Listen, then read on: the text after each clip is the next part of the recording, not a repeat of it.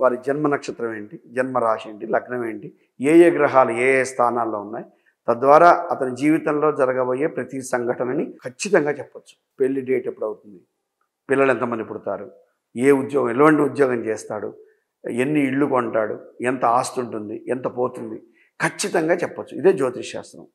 అయితే ఏమవుతుందంటే కొంతకాలం క్రితం చాలామందికి ఈ డేట్ ఆఫ్ బర్త్ నోట్ చేయాలి అని తెలియదు వాళ్ళకి. వాళ్ళు కొంచెం పెద్దవాళ్ళు ఉంటారు, అబౌవ్ 50-60 ఇయర్స్ వాళ్ళు ఉంటారు. ఈ మధ్య వచ్చిన వాళ్ళందరూ కూడా సాధారణంగా ఉంటుంది, పాత వాళ్ళకు ఉండవు. ఈ మధ్య కూడా కొంతమంది లేని వాళ్ళకు కూడా ఎవరైతే నా దగ్గరకు వస్తారో దానికి ఏమిటంటే 2 రకాల జాతకాలు ఉంటాయి. ఒకటి చాలామంది చేతి రేఖలు చూసి చెప్తూ ఉంటారు, కొంతమంది నాడీ జ్యోతిష్యం అని చెప్తూ ఉంటారు. నేను చెవులు చూసి జాతకం చెప్తాను.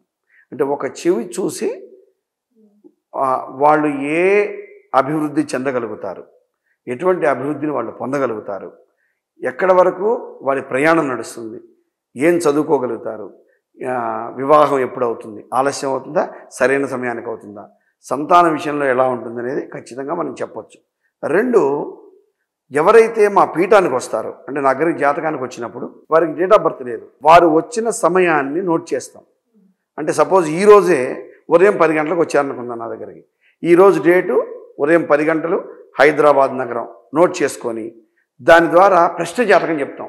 అయ్యా మీరు దేనికి వచ్చారు మా దగ్గరికి అంటే వాడు చెప్తారు, ఏదో ఆరోగ్యమో లేదా ఇంకొక లేకుంటే ఒక వివాహమో లేదా ఇల్లు కొనుక్కుందామని ఏదో ఒక సమస్య ఉంటుంది వాళ్ళకి. ఏ సమస్యతో అయితే వాళ్ళు వచ్చారో ఈ ప్రశ్న జాతకం సమయం ఉంటుంది. ఆ లగ్నాన్ని బట్టి వారు వచ్చిన సమయాన్ని బట్టి ఏ నక్షత్రం ఉంది, ఆ నక్షత్రానికి ఎవరెవరు ఏ ఏ స్థానాల్లో ఉన్నారు, ఏ ఏ గ్రహం ఎక్కడుందో చూసి 1-2 ప్రశ్నలకి, అంటే జీవితం అంతా చెప్పలేం, జీవితం చనిపోయేంత వరకు జనన మరణాలు మొత్తం చెప్పలేం, కానీ 1-2 ప్రశ్నలు, అంటే ఫలానా పని మీద వచ్చామండి మేము అంటే ఖచ్చితంగా చెప్పచ్చు. దీన్ని ప్రశ్న జాతకం అంటారు. అంటే వారు ప్రవేశించిన సమయానికి ఏ ఏ గ్రహాలు ఎక్కడున్నాయో ఆ గ్రహాల ఆధారంగా ఇతనికి శుభం జరుగుతుంది. ఎవరిని ఇట్లా ఒక వ్యాపారం పెడదాం అనుకున్నాను, పెట్టనా వద్దా అన్నాడు అనుకోండి, ఆ గ్రహాలు బాగాలేవనుకోండి, అయ్యా ఇప్పుడు వద్దండి, 1 సంవత్సరం తర్వాత పెట్టండి. లేదా చాలా బాగున్నాయి, ఆయన వచ్చిన సమయానికి వ్యాపార గ్రహాలన్నీ బాగున్నాయి, వెంటనే ప్రారంభించుకోండి, మంచి ముహూర్తం చూసి మీకు ఎటువంటి ఇబ్బంది లేదు, హాయిగా వ్యాపారం చేసుకోవచ్చు అని మనం చెప్పచ్చు. ఈ 2 రకాలుగా కూడా మనం, ఒకటి చెవి చూసి జాతకం చెప్పచ్చు, రెండవది మనం ఏదైతే ప్రశ్న జాతకం ఏదైతే ఉందో దాన్ని కూడా మనం చెప్పడానికి అవకాశం ఉంది. అంటే ఈ జాతకాలు చెప్పడం ఒక ఎత్తు అయితే సెలబ్రిటీస్ కొంతమంది ముందే చెప్తున్నారు, అలా చెప్పచ్చు అంటారా? నేను ఎన్నోసార్లు హెచ్చరించాను, 2-3 టీవీల్లో కూడా నేను చెప్పడం జరిగింది, వద్దు అటువంటివి చేయవద్దు అని. అంటే మాకు కూడా ఉన్న అలవాటు, ఒక రాజకీయ నాయకులకు సంబంధించి ఏదైనా ఎలక్షన్స్ వస్తే రాబోయే ప్రభుత్వం ఏంటి అంటే అది ఒక్కరికి సంబంధించింది కాదు, ఓవరాల్గా మొత్తం పార్టీకి సంబంధించింది కాబట్టి చెప్తున్నాం. కానీ ఒక సెలబ్రిటీ కానివ్వండి, ఒక వ్యక్తి జాతకాన్ని వారికి సంబంధం లేకుండా, వారి పర్మిషన్ లేకుండా, వారు అడగకుండా జాతకం చెప్పకూడదు. మొట్టమొదటి నియమం ఏంటంటే జ్యోతిష్ శాస్త్రంలో మేము నేర్చుకునేటప్పుడు 3కి జాతకం చెప్పాలని చెప్పారు. మొట్టమొదటిది వారంతటా వాళ్ళు జాతకం అడగాలి, వారికే జాతకం చెప్పాలి. లేదా 2, వారు ఏదైనా ఇబ్బందుల్లో ఉంటే వారి కుటుంబ సభ్యులు అడిగితే చెప్పచ్చు. అంటే ఒక ఆయన ఎవరో హాస్పిటల్లో ఐసీయూలో ఉన్నారు, ఆయన వచ్చి నన్ను అడగలేడు కదా, వాడి కుటుంబ సభ్యులు ఎవరన్నా వచ్చి అడిగితే అది జాతకం చెప్పచ్చు, ఎలా ఉంటుంది ఏమిటి అని.